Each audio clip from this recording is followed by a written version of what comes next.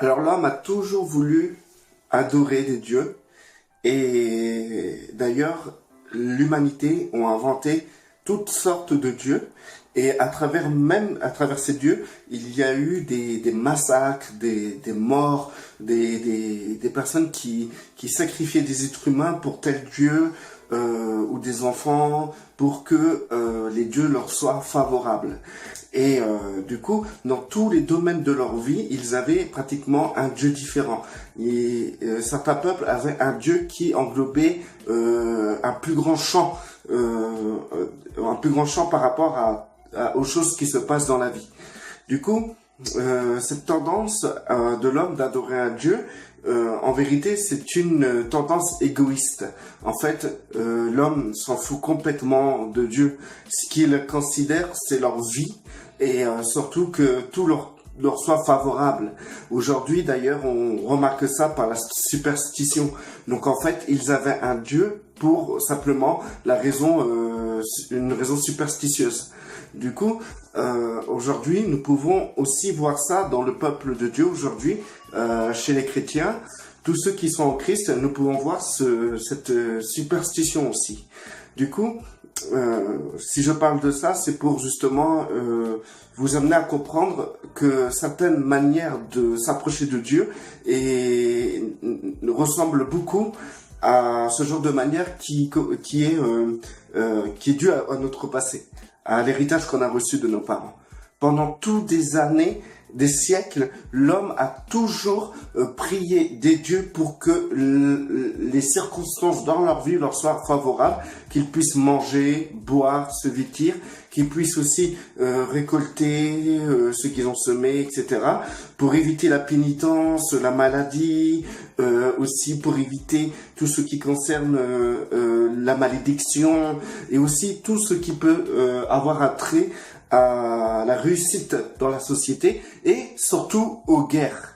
Donc du coup, il y avait différents dieux par rapport à ce genre de circonstances, dans chaque circonstance, mais aussi certains peuples avaient des dieux qui englobaient plus de circonstances que d'autres, d'accord?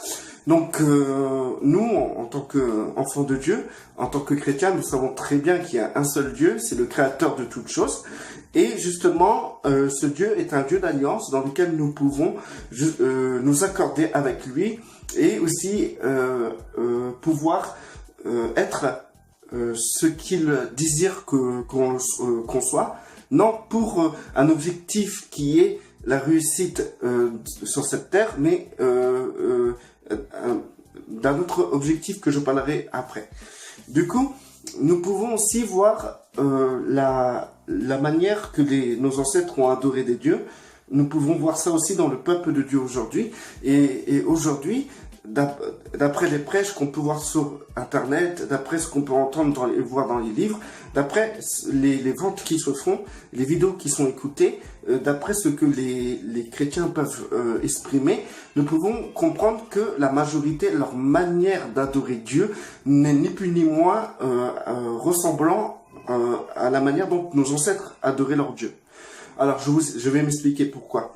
En fait, nous pouvons constater que les vidéos qui marchent le plus, les livres qui marchent le plus, les prêches qui sont le plus souvent acclamés, applaudis, sont des prêches dans lesquels l'orateur va amener l'individu à prendre conscience que si il croit en ce Dieu qu'il prêche, eh ben l'individu va pouvoir développer sa vie professionnelle, sociale, économique et familiale. Il va pouvoir se nourrir, se vêtir, avoir des maisons et aussi gagner toutes ces guerres qui sont entre guillemets les guerres que nous pouvons avoir dans l'échelon professionnel. D'accord? Donc du coup, la personne va aimer ce que l'orateur dit parce qu'en fait, il va retrouver à travers ça comme une bonne étoile. Comme une bonne étoile, il va recevoir ça comme si Dieu était une bonne étoile, que tout allait lui réussir si aller vers ce Dieu. Et aussi, la plupart des gens, lorsqu'on les écoute parler, ils prient Dieu justement pour obtenir des choses pour aussi réussir, pour avoir leur diplôme, pour être bien vu dans la société, etc. Et aussi pour pouvoir être protégé de la malédiction. Alors donc, souvent, quelqu'un qui est malade va aller vers des orateurs qui vont proclamer le Dieu qui guérit. Ceux qui ont des besoins matériels vont aller vers celui qui va prêcher la prospérité, le Dieu de la prospérité. Celui qui a des problèmes dans son milieu de travail et qui veut percer va aller vers les orateurs qui vont prêcher le Dieu qui fait gravir les échelons professionnels. Donc, en fait, la plupart des frères et des sœurs utilisent Dieu comme on utilisait dans le passé les dieux pour différents domaines pour que les choses nous soient favorables. En vérité, ce genre de prédications sont les meilleures d'ailleurs, parce que c'est des prédications qui animent dans l'homme un désir, un vouloir de réussir, d'être en paix dans ce monde et pouvoir aussi vivre le quotidien en sachant qu'ils ont avec eux, pour certains, ceux qui sont dans la superstition, ça va être un fer à cheval, ou ça va être des idoles, ou ça va être toutes sortes de choses que la superstition peut proposer pour que votre journée, vous ayez de la chance dans votre journée. Donc du coup, les personnes vont voir Dieu comme cela, comme quelque chose qui amène la chance, qui va aider les gens à se développer dans ce qu'ils désirent au fond d'eux. Donc alors ils vont prendre Dieu comme par exemple un génie dans lequel le génie va les aider à réussir leurs entreprises. Et du coup, malgré que ces frères et sœurs croient en Christ et considèrent vraiment l'ouvrage du Père à travers Christ, ils vont avoir tendance à utiliser justement cet ouvrage pour leur bénéfice, pour leur réussite. Ils vont aussi prier Dieu parce qu'ils ont peur d'être maudits ou que Dieu se retourne contre eux. Ils vont faire des choses pour que Dieu leur soit favorable par rapport à leur projet personnel. Ils vont vouloir développer une relation avec Dieu pour que Dieu leur donne la réussite, la prospérité et aussi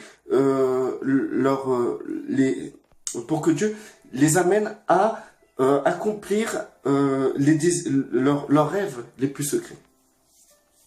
En vérité, ce que je peux dire, c'est que le Dieu, qui est le Père de Jésus-Christ, Yeshua, son but n'est pas d'être auprès de vous comme une bonne étoile, ni comme un fer à cheval, ni pour vous porter chance, ni bonheur, ni vous éviter la malédiction. Le Père de Yeshua a un seul objectif, et qui n'a rien à voir avec vous, parce que comme par rapport à nos ancêtres, nos ancêtres priaient Dieu pour que Dieu soit comme un serviteur, pour que les dieux leur permettent d'assouvir leurs désirs. D'accord? Donc du coup, Dieu lui-même n'est pas s'en fout complètement de vos désirs. Au contraire, il vous a mis avec Christ à la croix pour que vous crevez à la croix. Et il vous ressuscite pour que vous puissiez rentrer dans son plan. Et notre Dieu est un Dieu qui ne partage pas sa gloire. Donc, c'est-à-dire qu'il n'est pas auprès de vous pour que votre gloire personnelle soit manifestée. Il s'en fout complètement de votre gloire et c'est pas son objectif.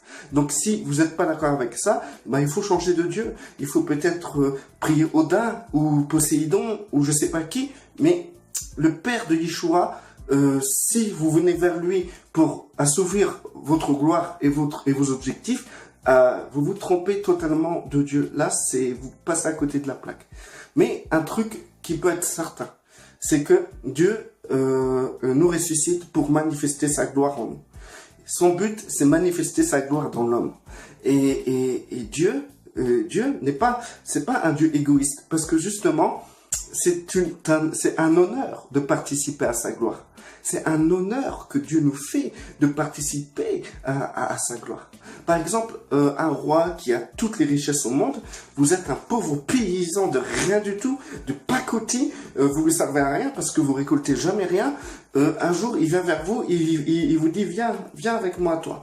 Et il t'équipe des plus beaux habits du royaume, il te couvre d'or, et en plus de ça, il te construit une maison énorme pour que les gens voient sa gloire à travers vous.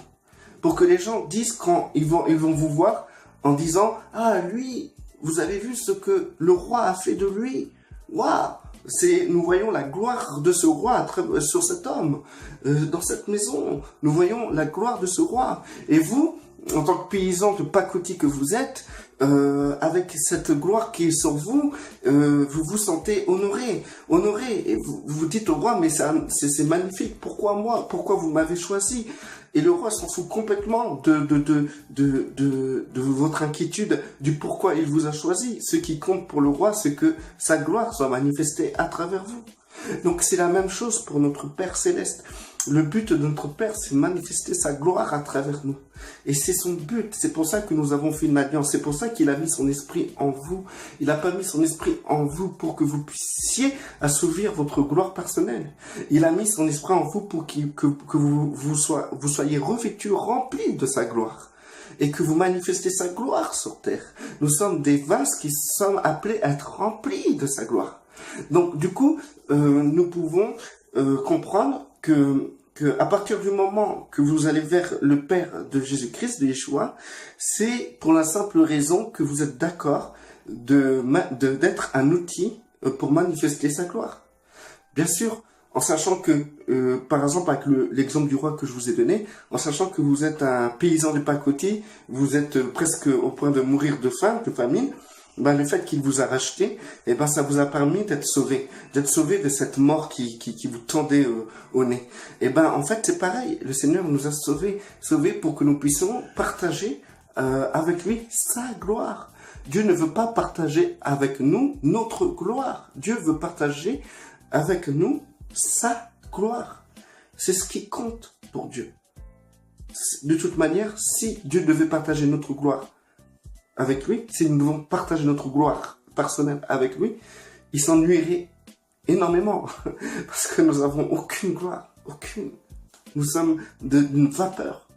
Nous sommes pas plus solides qu'une fleur.